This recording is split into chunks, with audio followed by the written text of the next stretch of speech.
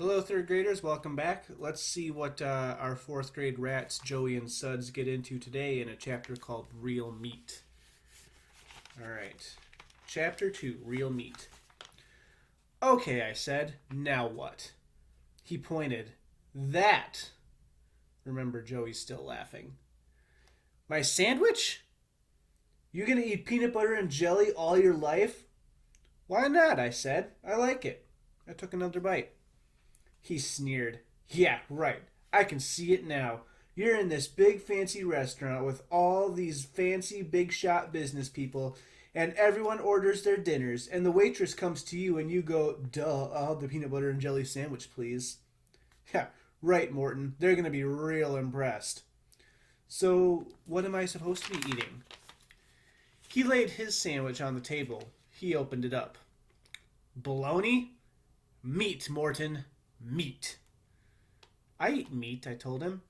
Real meat, Morton? Ever eat a steak? I thought about it. I don't know, maybe once. Ever eat a pork chop? A roast beef? Liver? I put my sandwich down. You're ruining my lunch. He looked proud. I ate a bite of liver just last night. You're lying. Swear to God, he said. You didn't get sick? Nope. How did it taste?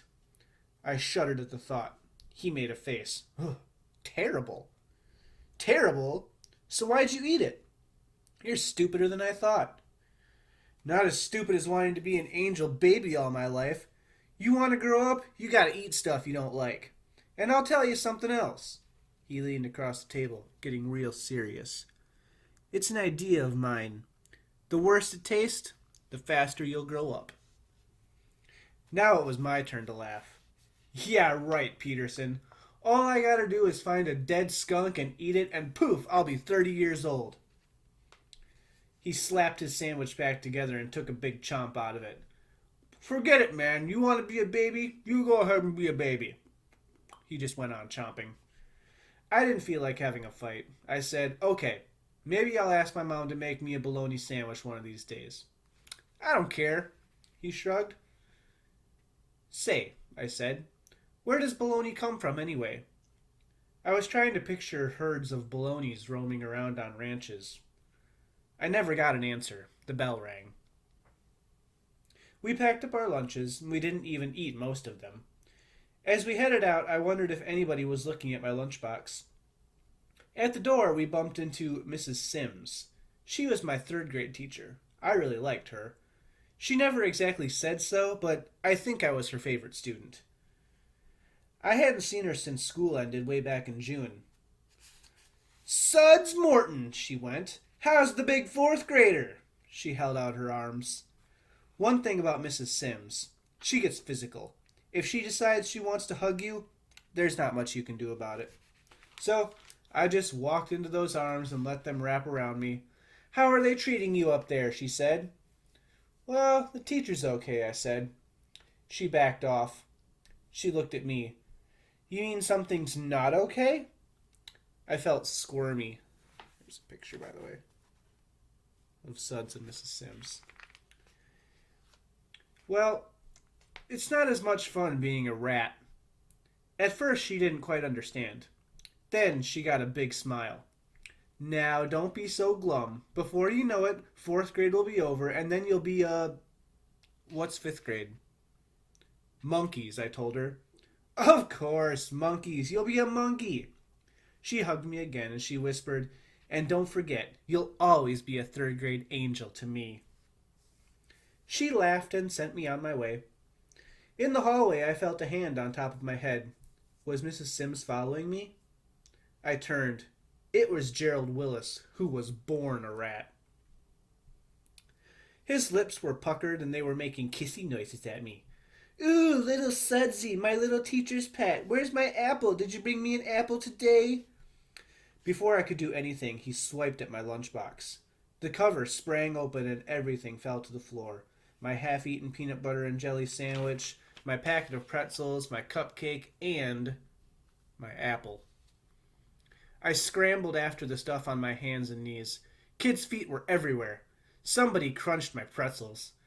As I reached for the apple, a big dirty sneaker kicked it down the hallway. Above me, Gerald Willis was howling. I was the last one back to the room. I stashed my lunchbox away and sat down. A note was waiting for me. From Joey. It said, "Swings, after school." I looked over at him and then nodded. Alright, looks like we've got some time for chapter 3, called Number 1. Our schoolyard has 2 tire swings. The tires hang from ropes on a bar. You just plunk your rear end on a tire and swing. Or just sit if that's what you want.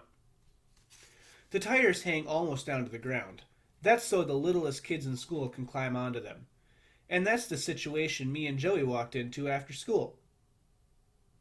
We were going to powwow at the tire swings, but 2 little kids were already there. They looked like first graders. "Guess we'll have to find another place," I said to Joey. "Yeah, guess they will have to find another place," Joey said. He lifted one of the first graders out of his tire and plunked him right on the ground, and then sat in the tire himself. The first grader's face got red. Then his ears got red. "You rat!" he yelled. Joey nodded and smirked. "You got that right, kid."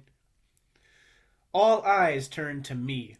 Would I do the same as Joey? The kid on the other tire looked feistier than her friend. From the look in her eyes, you might have thought she was a 10-foot cat and I was a little mouse. Nobody got a chance to see what I would do because suddenly the kid just bolted. Tore out of there and left the tire swing swinging on the rope. I realized she may have looked feisty, but she was scared. The other kid took off too, but not before he yelled, "Rat!" and spit at me. Missed me by a mile. First graders are not good spitters. "Sit down," said Joey. I sat on the tire. "I don't feel right about that," I said. "About what?" "About kicking those little kids out." I kept seeing the girl's eyes as she ran away. It was the first time anyone had ever been afraid of me. I couldn't figure out how I felt about it. How would you feel if someone was afraid of you? "Suds," Joey said, "remember a couple summers ago, 4th of July at the park?" "What about it?" I said. "The talent show?" "Yeah." "The bench?" "Huh?" Joey got off his tire. He stood in front of me. "The bench we were sitting on to watch the talent show, that we didn't sit on for very long?" "Oh, yeah." It was coming back to me. "Some kids kicked us off of it." "4th graders," he said. "And they dumped us off the bench. They lifted one end real high so you and me slid off onto the ground." I laughed, picturing Joey and me zooming down that bench like it was a slide. "Ha, man, I forgot all about that." "I didn't," said Joey. He wasn't laughing. "So," I said, "now that I'm a 4th grade rat, I'm supposed to go around dumping little kids off benches? Is that it?" There's more to it than that, man," he said. I started swinging. "All right, I'm all ears." Joey got back on his tire and he matched his swinging to mine. "Suds," he said, "you're in 4th grade now. That makes you a rat. Stop fighting it. It's nature's way." "I can fight it if I want." "Yeah? How?" I thought for a minute. "I'll do rotten in school. So rotten they'll have to flunk me all the way back to 3rd grade. Forget it, dude. You can't go backwards. Time marches on." "I like being an angel." Joey stopped his swing. He reached over and then stopped mine. "Suds, you ant brain. Angels finished last. What did you ever get out of it, huh? Did anybody ever say, 'Oh, thank you, Suds, you're so nice, you're such an angel,' huh? Anybody ever say that?" "Not exactly," I had to admit. "Your mother ever say, 'Oh, Suds, you're such an angel, you don't even have to clean your room anymore'?" "No, guess not." "Are you allowed to stay up late?" "No." "Are you allowed to go anywhere you want by yourself?" "No." "Are you allowed to say no to your mom?" "Of course not." He poked my tire swing. "See? That's what I'm talking about." "I'm glad you know what you're talking about," I said, "because I sure don't." "I'm talking about growing up," he said. "I'm talking about not being an angel baby anymore. I'm talking about taking care of number one for a change. I felt stupid, but I had to ask. Who is this number one? He pointed. You, dude. You are number one. And I'm number one for me.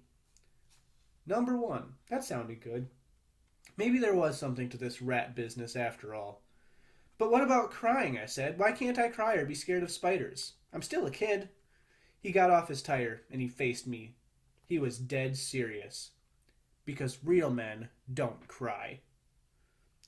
What's men got to do with it? Before you said it was rats that don't cry. That's right, he said. That's the whole point. Being a rat is the next step to being a man. You want to be a man, don't you? Sure, I said. I guess so. Well, you can't be a man without first being a rat. He poked me in the chest, and that is what fourth grade is all about. Except for us, the school playground was empty. Parents were calling their kids in for dinner. We headed home. As I walked up the driveway to my house, Joey said, "See ya, rat." "See ya," I said. Before I reached the door, he rushed back. He grabbed my arm. "Don't forget," he whispered. "Say no." All right, we'll have to see what he gets when he says no.